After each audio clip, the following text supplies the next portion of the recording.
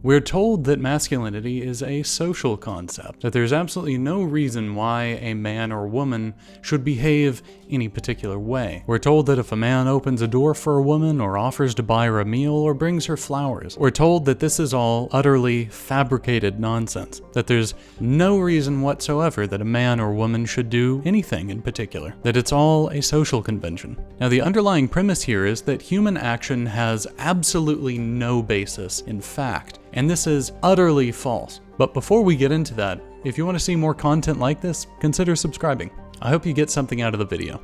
Now, when we look at animals, like fish or birds, we can see that the way that they are structured physically informs the way they navigate the world. Fish use their fins to navigate the sea. Cats use their slinky bodies to sneak and jump around, and their claws to kill their prey. Dogs use their nose for a whole lot of stuff. They track their prey, or identify each other, or find home. They do this because their nose is an incredibly powerful sense for them. Monkeys with their long, lanky arms swing from trees. Birds fly and sing. All these animals function and navigate the world because of the way that their body is built, because of their physical nature. And the exact same thing applies to humans. You see, people forget that though humans are rational beings, we are still animals in the sense that we are flesh and blood beings. Just like the animals, humans are also built in a specific way.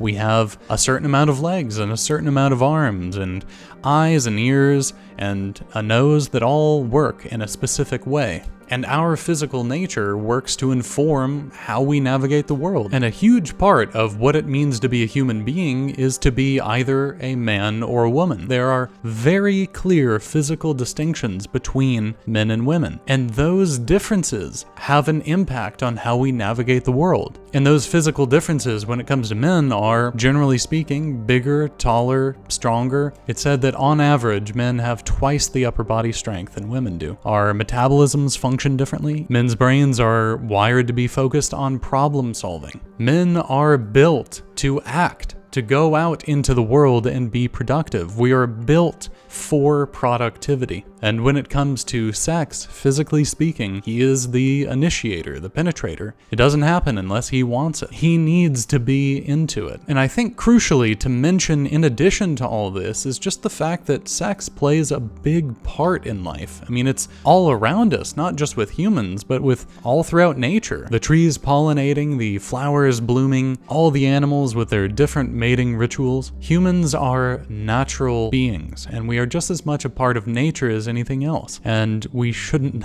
deny the fact that sex is a big part of the natural world. So the fact of our physical nature, the fact that sex is a big part of life, all of that works to influence our psychologies as men and women. And it's this impact on our psychologies that is the grounding of the concept of sexuality. The reason why we can identify psychological differences between men and women isn't just because, oh, their parents raised them in a certain way. It's because our bodies are built differently. Sexuality is grounded in the fact that our bodies impact our psychologies. It is absolutely not just a social convention. These ideas and these distinctions, these psychological differences didn't just come out of nowhere. Our sexual psychology, in the same way that the rest of our psychology, is informed by the nature of our body and the environment around us.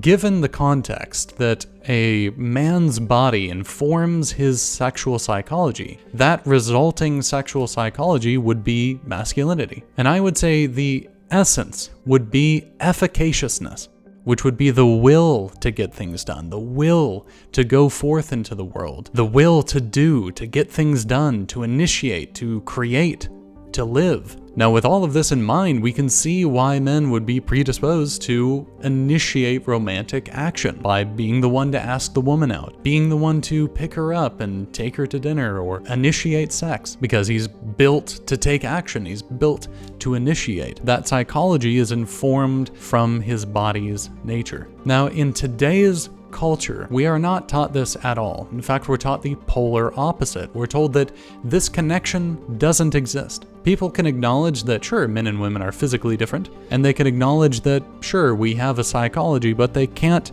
connect those two. We're taught that that connection doesn't exist. It can't happen. You're a naive fool if you even try to make that connection. And the result of this is sexual insecurity. I mean, there are tons of things in today's world that are deemed as being masculine or feminine that are really just the product of very insecure men and women trying to feel masculine and feminine, but not really knowing how because, well, they're taught that it's arbitrary, that it's made up. Like men driving a big truck or drinking beer or growing a big old beard. I'm not necessarily saying any of those things are or are not masculine, but what I'm definitely saying is it's not the essence of what it means to be a man. And it certainly isn't anything that surface level. But that's how we feel about it in our culture, because we're not given the foundation. So all we have are these very surface level elements, like driving a big truck or drinking beer or being buff. So going forward, try to get in touch with your physical nature as a man and start to see masculinity not as a specific form of actions or predetermined role, but rather a psychological frame of mind. And that frame of mind being secure in your body as a man, being comfortable with being the initiator, being comfortable asserting yourself in the world and into your own life, and taking pleasure in being productive. Now, if you've enjoyed this video at all, please consider dropping a like. And if you want to see more content like this, please consider subscribing if you want to see more. Also, I have got a free downloadable guide to 5 tips to get you more confidence in your life. If you want to give it a download, go into the description below. Well, if you've made it this far into the video, thanks so much for watching. I really appreciate it, and I hope to see you next time.